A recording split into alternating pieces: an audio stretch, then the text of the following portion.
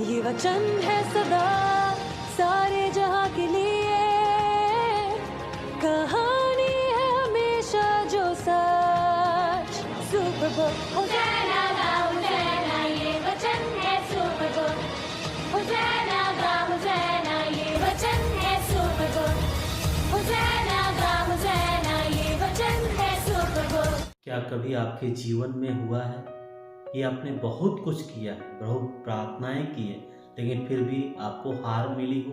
और क्या कभी ऐसा भी हुआ है कि आप टूटे हुए हैं, पूरी तरह से टूट गए हैं, लेकिन इस दुख में भी आपने प्रभु को पाया है? आज का बाइबल पाठ इन दोनों अनुभवों को हमारे सामने रखता है। मनन चिंतन के द्वारा हम जानने की कोशिश करेंगे कि आखिर प्रभु क्या चाहता है। आइए हम प्रभु के पाठों को सुने। सामुएल का पहला ग्रंथ से आज का पहला पाठ, अध्याय 4, वचन संख्याएं 1 से लेकर 11 तक। उन दिनों फिलिस्ती इस्राएल पर आक्रमण करने के लिए एकत्र हो गए और इस्राएली उनका सामना करने निकले। उन्होंने एबेन एजेर के पास पड़ाव डाला और फिलिस्तियों ने अफेद में। फिलिस्ती इस्राएली के सामने पंक्तिबद्ध हो गए। घमासान युद्ध हुआ और इस्राएली हार गए। फिलिस्तियों ने रणक्षेत्र में लगभग 4000 सैनिकों को मार डाला। जब सेना पड़ाव में लौट आई तो इस्राएली नेताओं ने कहा, प्रभु ने आज हमें फिलिस्तियों से क्यों हारने दिया? हम शिलो जाकर प्रभु की मंजूषा ले आए। वह हमारे साथ चले और हमें हमारे शत्रुओं के पंजे से छुड़ाए। उन्होंने मंजूषा ले आने कुछ लोगों को शिलो भेजा। यह विश्वमंडल के प्रभु के विधान की मंजूषा है जो केरुबीम पर विराजमान है। एली के दोनों पुत्र होपनी और पिनहास ईश्वर के विधान के मंजूषा के साथ आए। जब प्रभु के विधान की मंजूषा पड़ाव में पहुंची तो सब इस्राएली इतने जोर से जयकार करने लगे कि पृथ्वी गूंज उठी। फिलिस्तियों ने जयकार का वह नाद सुनकर कहा, इब्रानियों के पड़ाव में इस महान जयकार का क्या अर्थ है? जब उन्हें यह पता चला कि प्रभु की मंजूषा पड़ाव में आ गई है तो वे डरने लगे। उन्होंने कहा, ईश्वर पड़ाव में आ गया है। हाय, हम हार गए। यह पहले कभी नहीं हुआ। हाय, हम हार गए।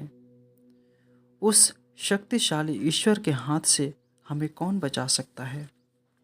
यह तो वही ईश्वर है जिसने मिस्रियों को मरुभूमि में नाना प्रकार की विपत्तियों से मारा। फिलिस्तियों, हिम्मत बांधो और शूरवीरों की तरह लड़ो, नहीं तो तुम इब्रानी के दास बनोगे जैसे कि वे तुम्हारे दास थे। शूरवीरों की तरह लड़ो। फिलिस्तियों ने आक्रमण किया। इस्राएली हार कर अपने तंबू में भाग गए। यह उनकी करारी हार थी। इस्राएलियों के 30,000 पैदल सैनिक मारे गए। ईश्वर की मंजूषा छीन ली गई और एली के दोनों पुत्र होपनी और पिनहास भी मार दिए गए। प्रभु की वाणी। ईश्वर को धन्यवाद। संत मार्कुस के अनुसार पवित्र सुसमाचार, अध्याय 1, पद संख्या 40 से 45। एक कोढ़ी ईसा के पास आया और घुटने टेक कर उनसे अनुनय विनय करते हुए बोला, आप चाहे तो मुझे शुद्ध कर सकते हैं। ईसा को तरस हो आया। उन्होंने हाथ बढ़ाकर यह कहते हुए उसका स्पर्श किया, मैं यही चाहता हूँ, शुद्ध हो जाओ। उसी क्षण उसका कोढ़ दूर हुआ और वह शुद्ध हो गया। ईसा ने उसे यह कड़ी चेतावनी देते हुए तुरंत विदा किया, सावधान, किसी से कुछ न कहो, जाकर अपने को याजकों को दिखाओ और अपने शुद्धिकरण के लिए मूसा द्वारा निर्धारित भेंट चढ़ाओ, जिससे तुम्हारा स्वास्थ्य लाभ प्रमाणित हो जाए। परंतु वह वहाँ से विदा होकर चारों ओर खुलकर इसकी चर्चा करने लगा। इससे ईसा के लिए प्रकट रूप से नगरों में जाना असंभव हो गया, इसलिए वह निर्जन स्थानों में रहते थे। फिर भी लोग चारों ओर से उनके पास आते थे। प्रभु का सुसमाचार। हे क्रिस्त, तेरी स्तुति हो। ईश्वर हमारे साथ है, यह एक नारा नहीं बल्कि एक जीवित संबंध है। आज का दोनों पाठ हमें हमारे जीवन को पूरी तरह से झकझोर देता है, क्योंकि आज का ये दोनों पाठ मनुष्य की आस्था पर सीधे सवाल करता है। क्या हम ईश्वर को चाहते हैं, या हम उसमें विश्वास करते हैं, या केवल आशीष और कृपा के लिए हम उन्हें चाहते हैं? क्या हम ईश्वर से संबंध चाहते हैं या तुरंत समाधान चाहते हैं? इस्राएली युद्ध हार जाते हैं और वे सोचते हैं कि यदि प्रभु का मंजूसा हमारे साथ रहता है तो हम लोग जीत जाएंगे, और वे मंजूसा को लाने के लिए जाते हैं और उसे युद्ध में लेके जाते हैं। लेकिन परिणाम होता है कि वे हार जाते हैं, क्योंकि मंजूसा तो उनके साथ था। विश्वास, आज्ञाकारिता, पश्चाताप उनके साथ नहीं था। उन्होंने ईश्वर को एक वस्तु, एक समाधान, एक सुरक्षा कवच मान लिया था। तो प्रभु नहीं, बल्कि उन्होंने अपनी जीत के लिए एक औजार मान लिया। यह पाठ हमें सोचने के लिए मजबूर करता है। क्या हम भी सोचते हैं कि चर्च जाना, रोजरी माला विनती करना, प्रार्थना करना केवल यही पर्याप्त है? क्या हमारी आस्था केवल संकट के समय ही मजबूत हो जाती है? आज भी कई ऐसे लोग हैं जो कहते हैं कि मैं धार्मिक हूँ, मेरा विश्वास पक्का है, लेकिन यदि उनका जीवन देखा जाए, उनका जीवन पूर्ण रूप से टूटा हुआ है, बिखरा।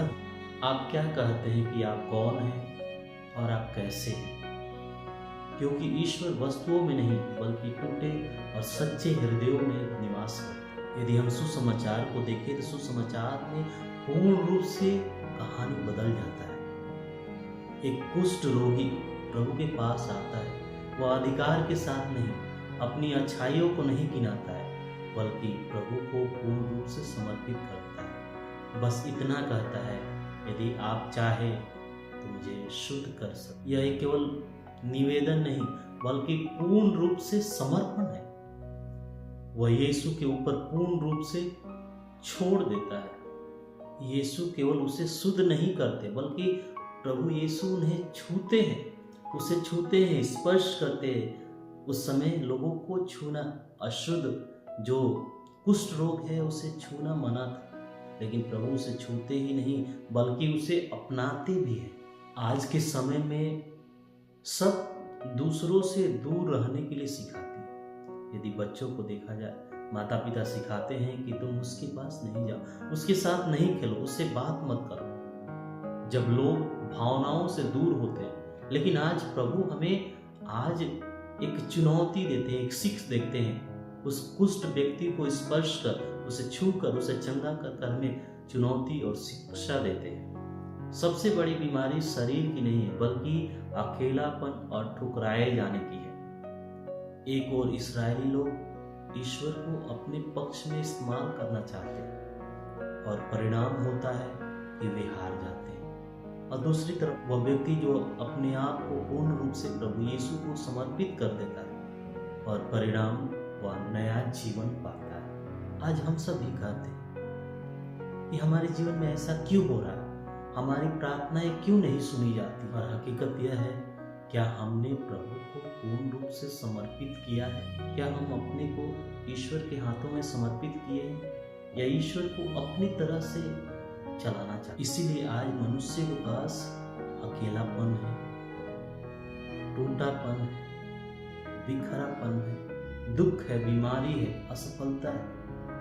हम चर्च जाते हैं, प्रार्थना करते हैं, रोजरी में भाग लेते हैं, सब कुछ करते हैं, लेकिन एक चीज कहना भूल जाते हैं, प्रभु यदि आप चाहें तो हमारे दुख को, हमारे परेशानी को, हमारी मुसीबत को, हमारे अकेलापन को दूर कर सकते हैं। आप चाहे तो यह शब्द जीवन को बदल देता है, लेकिन हम केवल चंगाई चाहते हैं, अपने जीवन को बदलना नहीं चाहते हैं।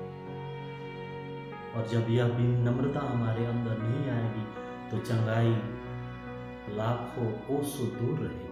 आज के लिए यही हमें संदेश मिलता है कि धर्म हमें पहचान देता है, लेकिन विश्वास हमारा जीवन बदल। वस्तुएं हमें सुरक्षा का भ्रम देता है, लेकिन प्रभु यीशु का स्पर्श हमें नया जीवन देता है। कृष्ण प्यारे भाई और बहनों और श्रोतागण, यदि यह प्रभु का पाठ मनन चिंतन यदि आपके दिल को छू गया हो और लगे कि इसमें सच्चाई है, तो इसे दूसरों तक पहुंचाने से ना रुके। शायद कोई और भी आज टूटे हुए दिल से प्रभु को स्पर्श करने के लिए मन से उस यीशु का स्पर्श की प्रतीक्षा कर रहा हो, जो जीवन को बदल देता है। आइए हम कुछ क्षण मौन हो जाए और प्रार्थना करें। हे प्रभु, हमें शक्ति दे जिससे हम आपको पहचान सके, जिससे हम आपको अपनी जरूरत का साधन नहीं, अपने जीवन का स्वामी माने। हमारे टूटे हृदय को छू ले और हमें शुद्ध कर दे। पिता, पुत्र और पवित्र आत्मा के नाम पर